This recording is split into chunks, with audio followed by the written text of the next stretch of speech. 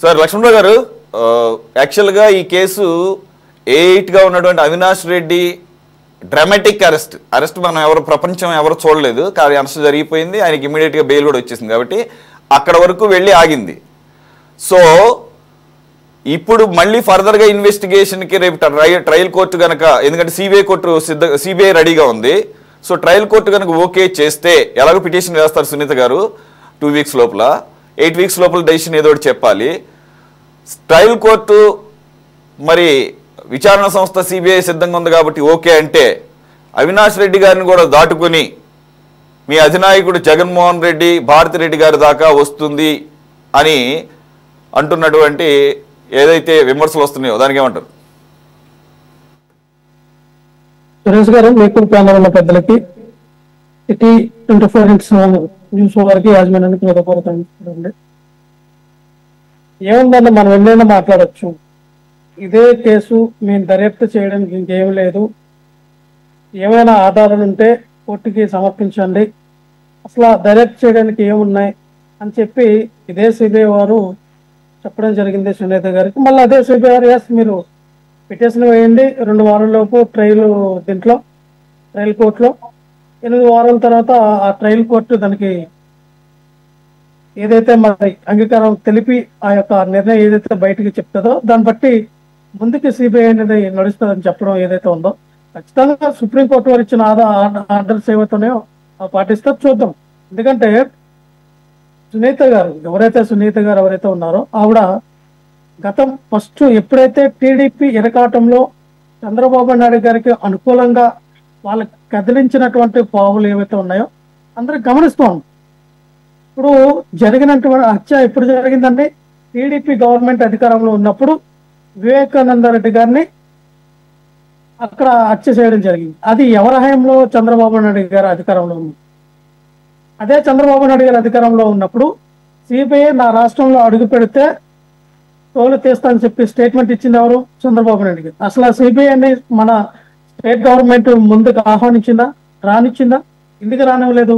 ఎందుకు ఆ రోజున సిబిఐని ఎందుకు అద్దుకున్నారు? మేము ఒకటే చెప్తున్నాం సార్, ఈ రోజుకి కూడా ఎస్ మీరు దర్యాప్తు అనేది చేయండి, నిజాలు నిగ్గు తేల్చండి. ఖచ్చితంగా అందరూ కూడా ఎదురు చూస్తూ ఉన్నారు. మీరు అందరూ ఉన్నటువంటి దాగున్నటువంటి మర్మం ఏంటి, మర్మ రహస్యాలు ఏమిటి, దాని వెనకాల ఉన్నటువంటి వివేకానంద రెడ్డి గారు అల్లుడు కానీ కూతురు కానీ ఆస్తి కోసం చేస్తున్నటువంటి ఈ యొక్క ఏదైతే ఒక కథ ఏదైతే ఉందో ఆ కథని ఏ రకంగా తిప్పిపుచ్చారో రాష్ట్ర ప్రజలందరూ తెలియాలి. ఎందుకు వివేకానంద రెడ్డి గారు 2 పెళ్లికి చేసుకున్నారు ఒక ముస్లిం మహిళని? ఎందుకు ఆ ఇంటి దగ్గర ఉండవలసి వచ్చింది? ఎందుకు ఆస్తి గొడవల్లో తండ్రికి రావాల్సినటువంటి వారసత్వ సంపద కోసం ఏ రకంగా ఇవి చేశారన్నది సగటు ప్రజలందరూ కూడా అనుకుంటూ ఉన్నారు, ప్రజలందరూ కూడా చూస్తూ ఉన్నారు. సో నేను అదే చెప్తున్నా సార్, ఇది ఖచ్చితంగా దర్యాప్తు చేయాలి. దర్యాప్తు చేసి ఇందులో నిజాలు నిగ్గుతాల్చమని చెప్తా ఉన్నాం సురేష్ గారు. ఈ రోజున అవినాష్ రెడ్డి గారు కూడా అదే చెప్తూ ఉన్నారు. సో మొత్తానికి ఆయన 2వ పెళ్లి చేసుకున్నాడు అనేది కారణం అంటారు ఇప్పుడు ఆయన మర్డర్కి. మరి అప్పుడేమో నారా చంద్రబాబు నాయుడు కారణమని ఆయన చేతిలో గొడ్డలు ఎందుకు పెట్టారు తీసుకెళ్లి? మంచి ప్రశ్న వేశారు సార్. ఇక్కడ నర్రారెడ్డి గారి యొక్క ఎవరైతే ఎవరు సునీత గారు ఉన్నారో ఆవిడ చంద్రబాబు నాయుడు గారు ఆడినటువంటి డ్రామా రాష్ట్ర ప్రజలందరికీ తెలుసు. చంద్రబాబు నాయుడు గారి కోణంలో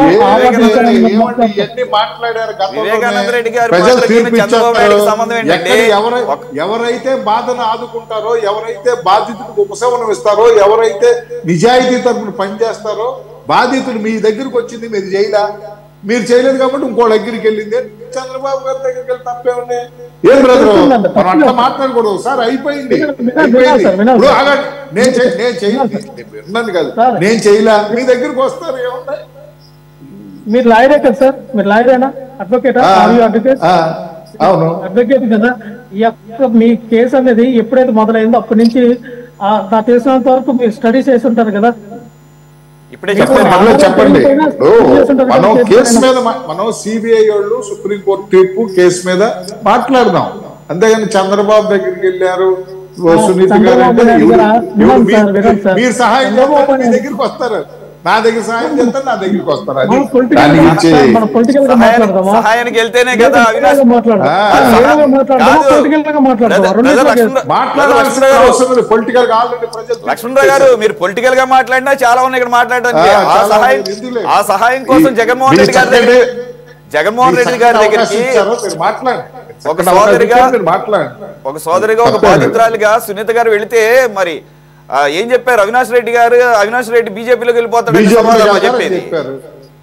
సార్ వినండి సార్, ఆ రోజున ఎవరైతే ఈ రోజున పులివెందుల్లో జడ్పీటీస్ గా గెలిచి వాళ్ళ ఎవరైతే జడ్పీటీస్ గా ఈ రహస్య పోటీ చేసినటువంటి ఎవరైతే వాళ్ళ భర్త ఉన్నారో బీటెక్ రవి గాని, ఆ రోజున ఉన్నటువంటి ఆదిరెడ్డి గాని, ఆ రోజు ఎవరైతే సహకరించారో వ్యక్తులు గాని, వాళ్ళందరూ కూడా ఈ కేసును ఎటువైపు టర్న్ చేశారు సురేష్ గారు మీకు తెలియంది కాదు. ఈ రోజున వినండి సార్, ఇందులో ఎవరు బీటెక్ రవి గాని, ఆదిరెడ్డి గాని, ఇంకా సమ్ పర్సన్ ఉన్నారు. ఈ ముగ్గురు వ్యక్తులు అక్కడ జరిగినటువంటి వివేకానంద రెడ్డి గారి యొక్క హత్యని ఏ వైపు నుంచి ఎటువైపు టర్న్ చేశారో రాష్ట్ర ప్రజలందరూ గమనించారు. అవునవును, ఫస్ట్ ఏమో చంద్రబాబు నాయుడు గారి చేతిలో గొట్టలి. టర్నింగ్ ఎవరు తిప్పారు చెప్తూ కాసేపు మాట్లాడుకుందాం. ఫస్ట్ ఏమో చంద్రబాబు నాయుడు గారి చేతిలో గొట్టలి, రెండో రోజు తెల్లారేసరికి ఆ తర్వాత దానికన్నా ముందే మర్చిపోయా గుండెపోటు, ఇది ఒక టర్ను, గొట్టలి రెండో టర్ను. ఒక్క నిమిషం. తర్వాత సునీత గారు ఆవిడ భర్త వాళ్ళే చంపించారు, ఇది మూడో టర్ను. అలాగే మీరును సాక్షి మీడియా చెప్తుంది కదా, ఆయన నా రెండో పెళ్లి చేసుకున్నాడు, ఆస్తులు గొడవ ఏంటి వారసత్వం అని చెప్పేసి, ఇది నాలుగో టర్న్. ఈ టర్నులని ఎవరు చేశారు? ఈ టర్నులని ఎవరు తిప్పారు చెప్పండి. మీరు 4 ప్రశ్నలు వేశారు కదా సురేష్ గారు, డైరెక్ట్ గా స్ట్రైట్ సమాధానం చెప్పండి. వినాలి సార్, మీకు ఎగ్జాంపుల్ చెప్తాను సార్. ఉదయం ఒక ఇసుక ట్రక్కు ఒక కారుని ఢీకొట్టి ట్రక్కు పడిపోయింది, కారు కూడా పడిపోయింది. దాదాపుగా 9 మంది చనిపోయారు సార్. ఉదయం 9 మంది చనిపోయారు సార్. 9 మంది చనిపోతే ఆ ట్రక్కు ఎవరిదని రాశారు? ఫస్ట్ ఏదో అన్నోన్ పర్సన్, ఆ వ్యక్తి ఎవరో తెలియదు, ఆ ట్రక్కును గుద్దాడు. ఆ ఇసుక లారీ, ఆ టిప్పర్ లారీ ద్వారా 9 మంది చనిపోయారని రాశారు. మీకు అనుకూలం, మీ టీడీపీకి అనుకూలంగా ఉన్న టీవీ ఛానల్. తర్వాత ఏం చేశారు?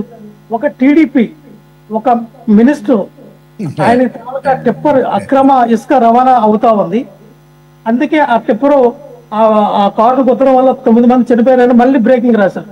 తర్వాత మళ్ళీ ఏం రాశారు? లేదు ఇది వైఎస్ఆర్ పార్టీ వాళ్ళకి సంబంధించి. అంటే ఒక వార్తని 4 రకాలుగా వడ్డించినప్పుడు అది ఏది రమ్మంటారు సురేష్ గారు? అలాగే ఒక వ్యక్తి మనకు ఫోన్ చేసినప్పుడు అక్కడ ఏం జరిగిందంటే, ఒక వ్యక్తి ఒకలా రియాక్ట్ అవుతాడు. సార్ గుండెపోటు అన్నారు, సార్ ఆయనకి పళ్ళు తిరిగి పడిపోయాడు అన్నారు, సార్ రక్తం ఉండి పడిపోయాడు. ఎవడన్నా ఈ ప్రపంచం ఒక నిమిషం, ఎవడన్నా ఈ ప్రపంచంలో రక్తపు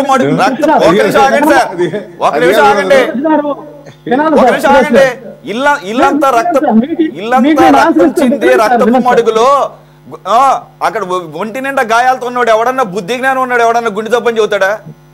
కళ్ళునోడు ఎవడని చెబుతాడా? ఏమినాలి మీరు ఇంటి ఎత్తగా ఉంటాయి ట్రక్కులు. వినండి సార్, ఇక్కడ నేను అనేది ఏంటంటే, ఆన్ ద స్పాట్ లో అవినాష్ రెడ్డి గారు ఉన్నారా? ఆన్ ద స్పాట్ లో జగన్మోహన్ రెడ్డి గారు ఉన్నారా?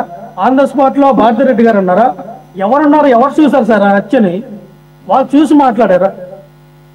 చూసి మాట్లాడారు కాదు కదా, ఎవరో చెప్పింది ఎవరన్నా చూసుంటే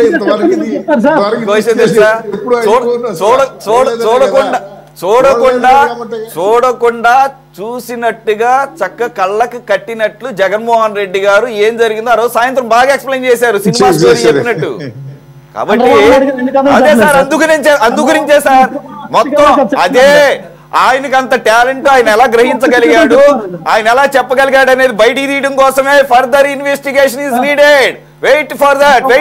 ఓకే, మించిన పిల్లలు కానీ చంద్రబాబు నాయుడు గారు మించిన అబద్ధాలు కానీ ఈ రాష్ట్రాలు కానీ ఈ దేశంలో కానీ ఈ ప్రపంచంలో కానీ ఎవరు అబద్ధాలంటే స్టిక్ ఆన్ అవ్వండి. చంద్రబాబు నాయుడు గారి చేతిలో పెట్టారుగా గొడ్డలి, అదే దానికి స్టిక్ ఆన్ అవ్వచ్చుగా. స్టిక్ ఆన్ అయ్యి ఉండండి. ఎవరు ఆపాడు మిమ్మల్ని?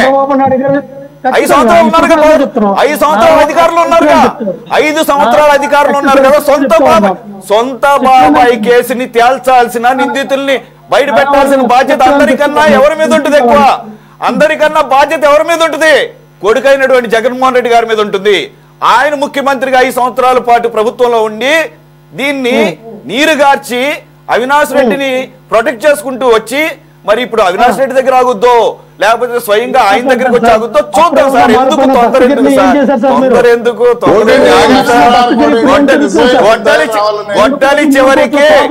గొడ్డలి చివరికి ఆగండి. న్యూస్ పేపర్ లో పెట్టినట్టు చంద్రబాబు నాయుడు దగ్గర నుంచి అదే కదా, ఇప్పుడు ఆ గొడ్డలి చివరికి ఎవరి చేతిలోకి వస్తుందో చూద్దాం. Wait and see.